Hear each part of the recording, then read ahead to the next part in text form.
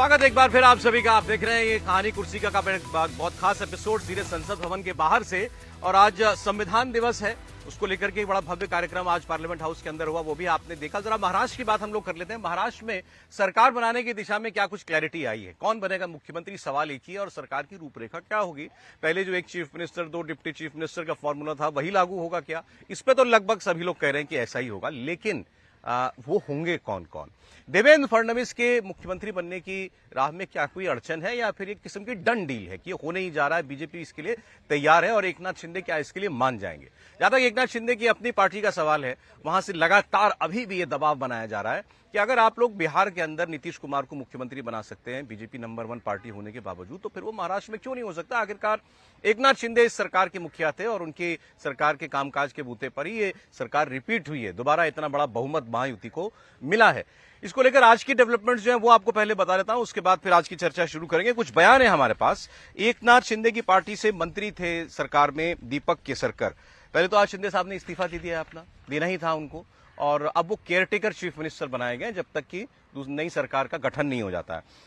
दीपक केसरकर कह रहे हैं कि ये तो एक फॉर्मेलिटी थी इस्तीफा, लेकिन इसको कोई फाइनल फैसला ना मान ले, क्योंकि अभी भी एकनाथ शिंदे इस दौड़ में बरकरार हैं। हालांकि वो ये भी कहते हैं कि एकनाथ शिंदे हमारी पार्टी के राष्ट्रीय प्रमुख हैं और बीजेपी और एनसीपी की तरफ से अजीत पवार मिल बैठकर इसका फैसला कर लेंगे। रामदास अठावले ने एक बड़ा इंटरेस्टिंग बयान दिया है।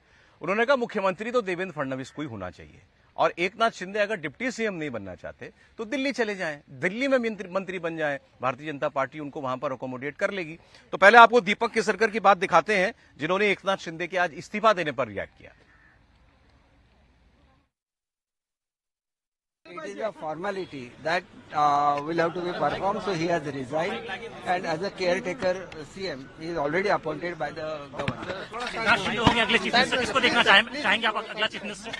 किसको देखना चाहेंगे अगला चीफ मिनिस्टर? क्या एकनाथ शिंदे अगले चीफ मिनिस्टर होंगे? हमारे जो वरिष्ठ नेता है जो भी निर्णय लेंगे हमें।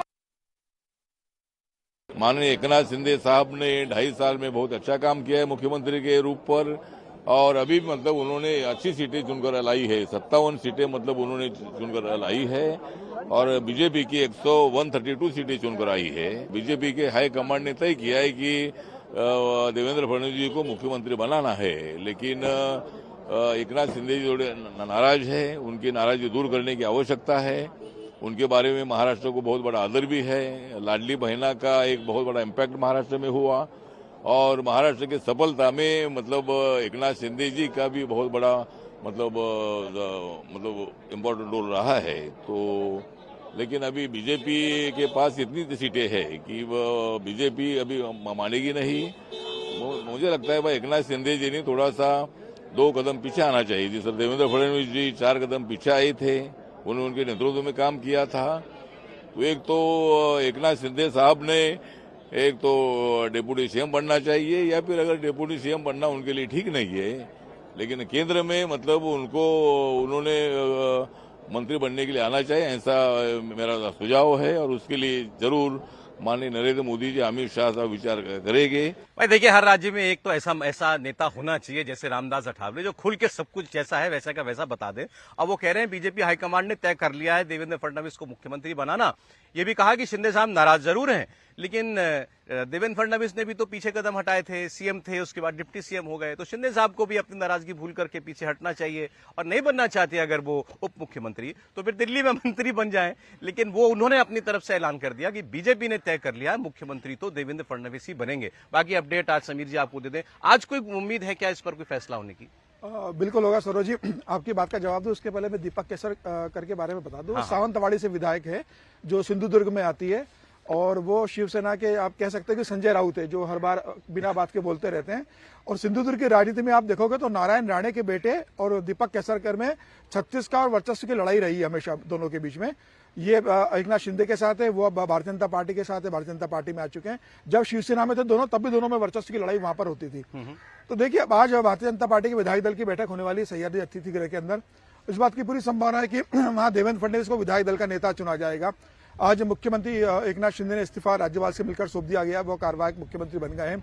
इस बात की संभावना है कि कल शायद अमित शाह मुंबई जा सकते हैं बैठक लेने के लिए वहां पर। राजनाथ सिंह का भी नाम चल रहा है। इस बात की संभावना ज्यादा है कि अमित शाह कल मुंबई जाएंगे। वहाँ तीनों दलों के साथ वो बैठक करेंगे, तीनों नेताओं से बैठक करेंगे, अजित पवार के साथ, देवेंद्र फडणवीस के साथ और एकनाथ शिंदे के साथ बैठक करेंगे। उसके बाद इस बात की संभावना है कि एक पत्रकार वार्ता में मुख्यमंत्री के नाम की घोषणा होगी और सरकार कैसे बनेगी, एकनाथ शिंदे का रोल क्या होगा, क्या एकनाथ शिंदे डेप्यूटी बनेंगे कि क्या पठावले साहब कह रहे हैं शिंदे साहब नाराज है, खुल के कह रहे हैं वो। बिल्कुल है, इसमें कोई दो राय नहीं। देखिए, अब एकनाथ शिंदे मुख्यमंत्री बन गया तब उन्हें लग रहा है कि जब 40 विधायकों पर मुझे मुख्यमंत्री की कुर्सी मिल गई थी तो अब तो मेरे पास 57 विधायक है, तो फिर से मुझे मुख्यमंत्री बना दिया जाए। लेकिन अब एकनाथ शिंदे इस बात को समझ नहीं पा रहे कि जब वो मुख्यमंत्री बने थे तब की राजनीतिक परिस्थितियों में और अब की राजनीतिक परिस्थितियों में जमीन आसमान का अंदर है। आज भारतीय जनता पार्टी बिना एकनाथ शिंदे, बिना अजित पवार के सरकार बनाने की स्थिति में पहुंच चुकी है। निर्दलीय विधायक भारतीय जनता पार्टी के साथ है। भारतीय जनता पार्टी का यह बड़प्पन है कि उन्होंने 40 विधायक होने के बाद भी एकनाथ शिंदे को मुख्यमंत्री बनाया, उनके नेतृत्व में चुनाव लड़ा। अब एकनाथ शिंदे को इस बात की तैयारी रखना चाहिए कि जिनके उनसे डबल से भी ज्यादा विधायक है वह देवेंद्र फडणवीस को बनाए, जो 5 साल का कार्यकाल पूरा कर चुके थे। तो आज विधायक दल की बैठक में विधायक दल के नेता देवेंद्र फडणवीस चुने जाएंगे। कल मुझे लग रहा है कि इस बात की संभावना है कि कल मुख्यमंत्री आपके हिसाब से इसमें कोई सोच विचार है बीजेपी के अंदर जो चल रहा है कि भाई देवेंद्र फडणवीस बने या ना बने, या है क्लियरिटी कि नहीं बनाना ही है? जो खबर आ रही है कि देवेंद्र फडणवीस का नाम लगभग तय है, संघ ने भी देवेंद्र फडणवीस के नाम पर ही मोहर लगाई है कि देवेंद्र फडणवीस मुख्यमंत्री बनना चाहिए और स्थानीय संगठन और विधायकों की राय भी देवेंद्र फडणवीस के पक्ष में। लेकिन भारतीय जनता पार्टी अंतिम समय में क्या कर सकती है इसके बारे में नहीं कह सकता, लेकिन फिलहाल देवेंद्र फडणवीस का मुख्यमंत्री बनना लगभग तय है। मंत्रिमंडल का आकार कैसा होगा, अजित पवार की क्या भूमिका होगी, एकनाथ शिंदे दिल्ली आएंगे या वहां रहेंगे या उनके बेटे वहां उप मुख्यमंत्री बनेंगे या कोई उप मुख्यमंत्री बनेगा, सरकार में हिस्सेदारी किसकी होगी, विभागों का बंटवारा कैसा होगा, ये सब बात में कोई कोऑर्डिनेशन कमेटी बनेगी जिसका कोई अध्यक्ष बनेगा। अजित पवार तो पहले कह चुके हैं कि हम देवेंद्र फडणवीस को मुख्यमंत्री स्वीकार करते हैं, उनको मुख्यमंत्री बनना चाहिए। बल्कि साथ साथ में ये भी कह दिया कि अगर शिंदे साहब के नाम पर विचार होगा तो फिर अजित दादा पवार उनके नाम पर भी विचार होना चाहिए। अगर शिंदे साहब बन सकते हैं तो अजित पवार क्यों नहीं बन सकते? तो ये उन्होंने अपनी तरफ से जो है बिल्कुल क्लियर लाइन ले ली है। और ये भी अच्छी बात आपने याद दिलाई, 5 निर्दलीय विधायक बीजेपी को समर्थन दे चुके हैं। 132 उनके अपने थे, 137 हो गए। सरकार बनाने के लिए 145 चाहिए। 8 केवल अपने दम पर सरकार का दावा करने से बनाने के केवल 8 विधायक की कमी बीजेपी के पास रहेगी। तो शिंदे साहब को ये सब भी तो नजर आ रहा होगा ना। लेकिन फिर वही बात है, बिहार मॉडल बड़ी चर्चा चल रही है सर, उसकी बिहार मॉडल लागू हो महाराष्ट्र के अंदर, तुलना है क्या कोई? अभी नहीं, तुलना की बात नहीं है। जो समीर जी ने कहा ना, राजनीतिक स्थितियों की बात होती है।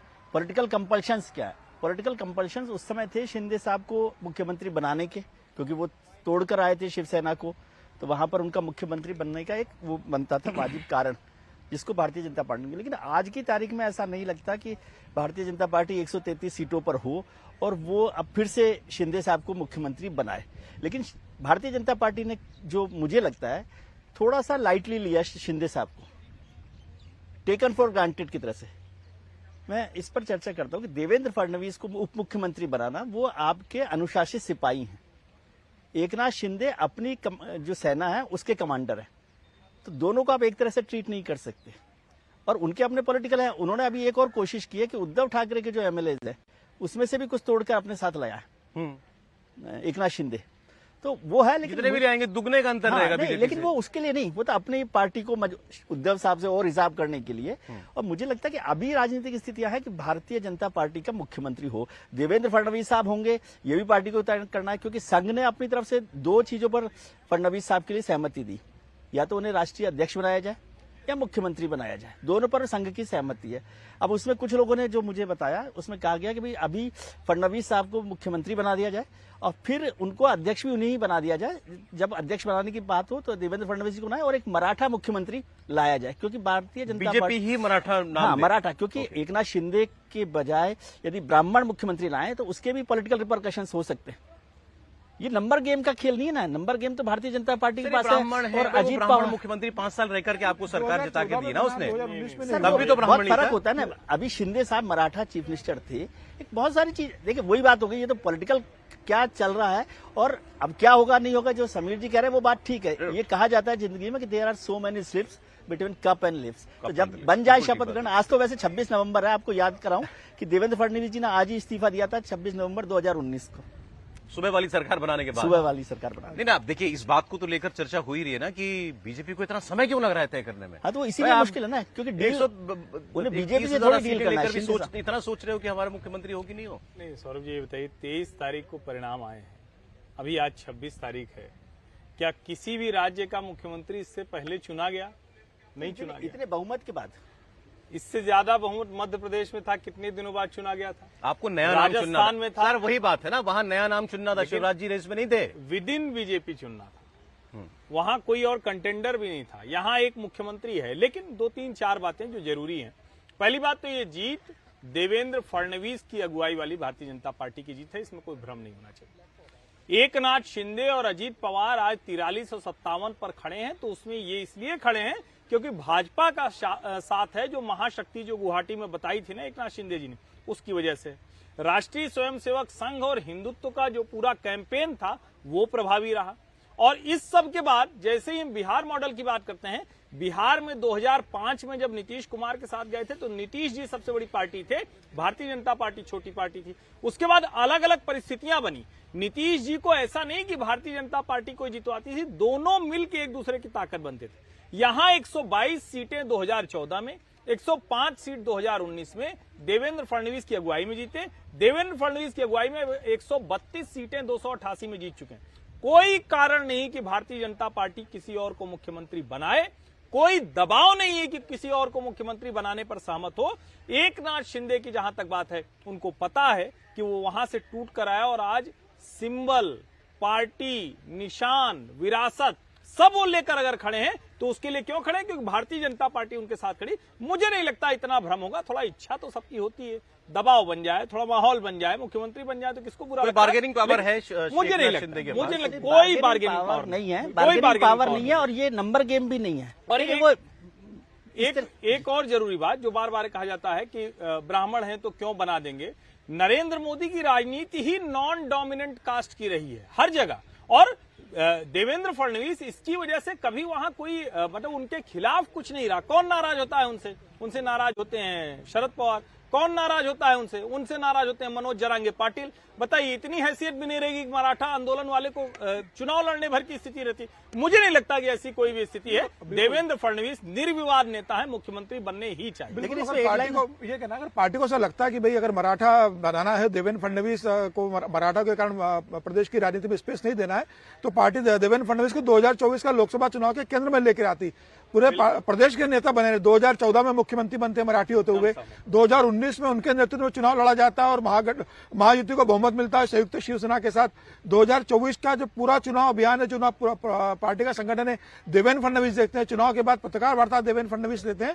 तो देवेंद्र फडणवीस महाराष्ट्र के सबसे बड़े और सबसे लोकप्रिय नेता बने हुए।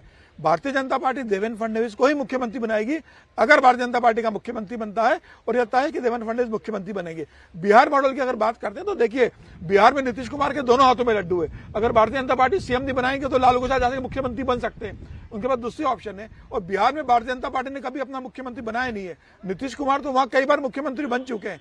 तो बिहार में नीतीश हमेशा बड़े नेता रहे भारतीय जनता पार्टी के, से पहले भी। महाराष्ट्र में ऐसी स्थिति नहीं है।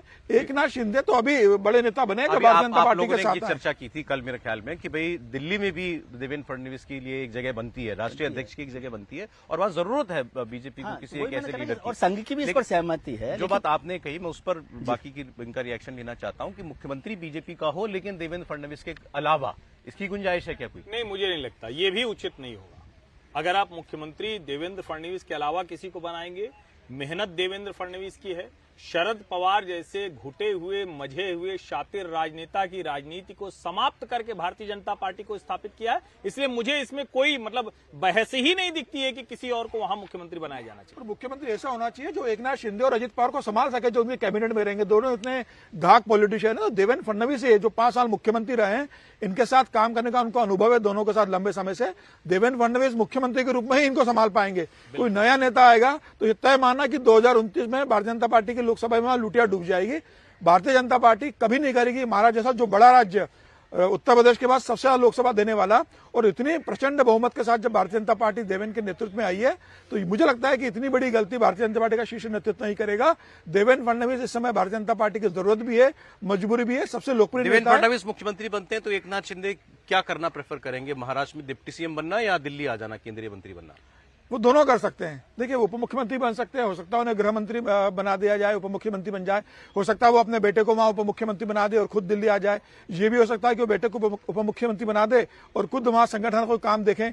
तो मुझे लगता है कि उनके लिए सारे ऑप्शन खुले हुए, वो जो ऑप्शन उनके लिए अच्छा महसूस करेंगे, भारतीय जनता पार्टी उसके ऊपर तैयार होगी। वो डेप्यूटी बनना चाहे तो डेप्यूटी बना देगी, अगर वो दिल्ली आना चाहेंगे तो उसके लिए उनके रास्ते। एक बात वही विजय जी ने और कही, आपको लगता है कि शिवसेना की और शरद पवार, उद्धव ठाकरे और शरद पवार के विधायकों पर खतरा मंडरा रहा है, बहुत बड़ा खतरा मंडरा रहा है। इसमें कोई बहुत मतलब कोई आज नहीं होगा, कल नहीं होगा, लेकिन ये जल्दी ही ये एक्सरसाइज पूरी हो जाएगी जिस पर काम चल रहा है। लेकिन मैं शिंदे जी के लिए एक बात कहना चाहता हूँ कि शिंदे जी के लिए भी बेहतर होगा और भारतीय जनता पार्टी चाहती है कि वो सरकार में रहे, मतलब नंबर गेम के बिना भी कि वो सरकार में रहेंगे तो अच्छा रहेगा।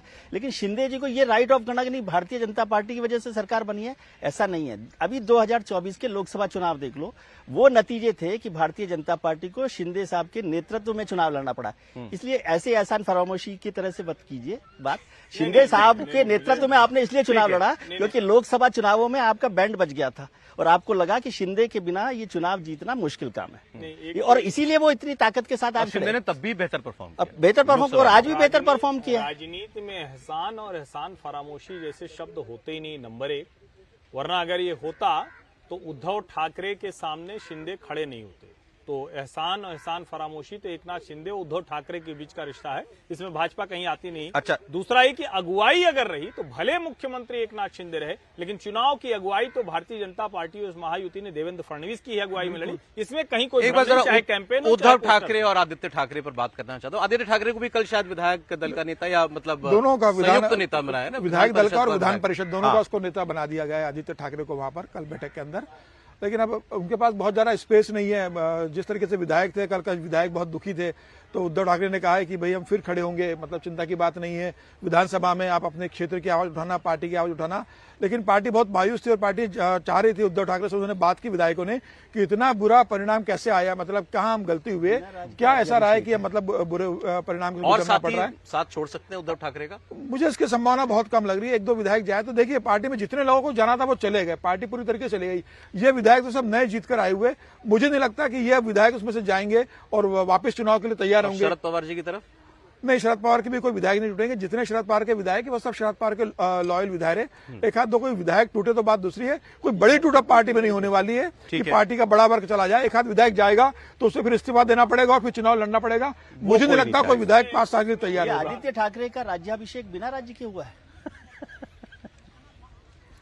नहीं, उसी ऐसा ही है सर। लेकिन शरद पवार वाले मैं कह रहा हूं कि अब हो सकता है कि जैसे कांग्रेस में विलय कर ले को वो। कहा ना, अजीत पवार ने कहा कि पैर छुओ, गए होते सभा करने, तुम भी निपट गए होते। तो हो सकता है चाचा जी के पास किसी दिन अजीत पवार जाएं और कहें कि आप तो चाचा जी हैं, ये बहन है, चलिए कहाँ परेशान है, क्यों परेशान होना है। तो आखिर कहीं तो जाकर राजनीति देखेंगे ना। तो शरद पवार के लिए तो अच्छा है या तो वो कांग्रेस में मर्ज कर जाएं, और नहीं तो अपनी पार्टी उनकी बची रहे और अजीत पवार के चाचा जी की तरह सिंहासन पर बैठे।